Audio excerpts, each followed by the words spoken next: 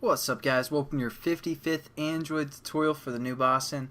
What we're going to do in this tutorial is basically have this list that we set up in our preferences actually referred to an actual array that we're going to set up, because we already have it referring to this array called list, and we don't actually have an array called list.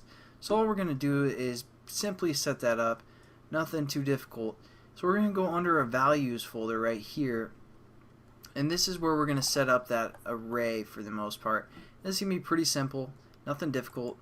And again, we have this array called list, so keep that in mind. So what we're going to do is we're going to say new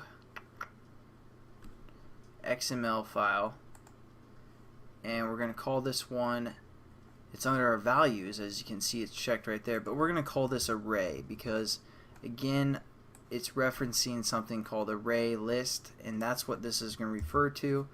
So we're going to say array.xml, hit finish, and now anytime we use this array kind of folder, it's going to refer to here. So again, we're just going to go into the XML and set this up. As you can see, there's resources within its brackets, or those are the brackets that we're going to hold some information.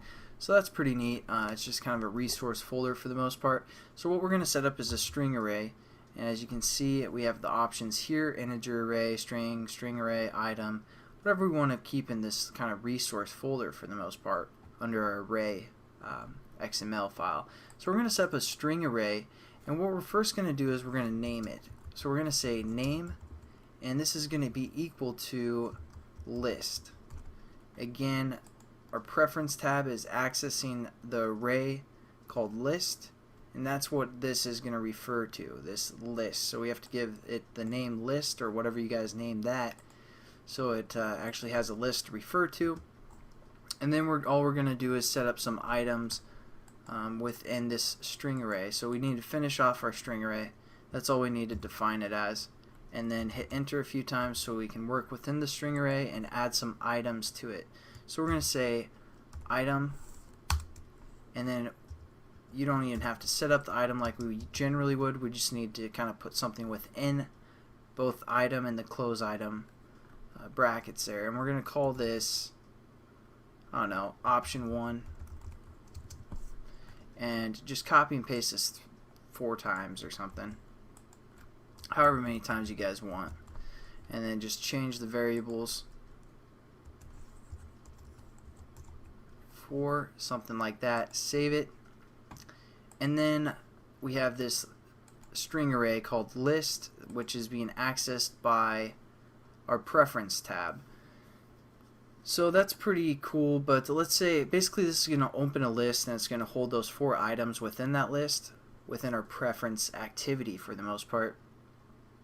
So let's say we want one of those items to be checked to start with, and what we're going to do is we're going to set up something basically that's going to refer to the list values for the most part. So we're going to set up something else called Android, again this is within our list preference, Android entry values for the most part, and we're going to say, again, refer to another array. So we're going to say array / values or something like that, or L values,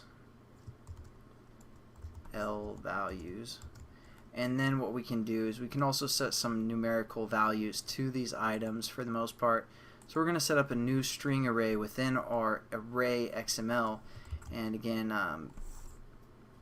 just click string array, and we also got to give this the name that we just set up. So name is going to equal, again, L values, and close it off and put up some values within here. Again, item,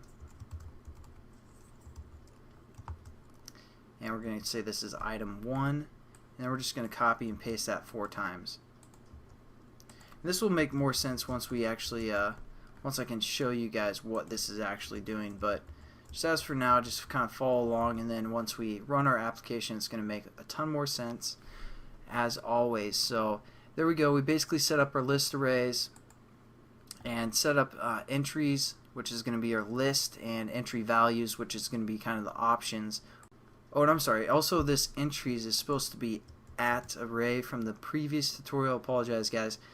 So just make sure you change that to at array, and this one is also at array, which is both referring to this array value that we set up for the most part. And I'll catch you guys in the next tutorial. We're going to work with these list items as well. So have a good one. Peace.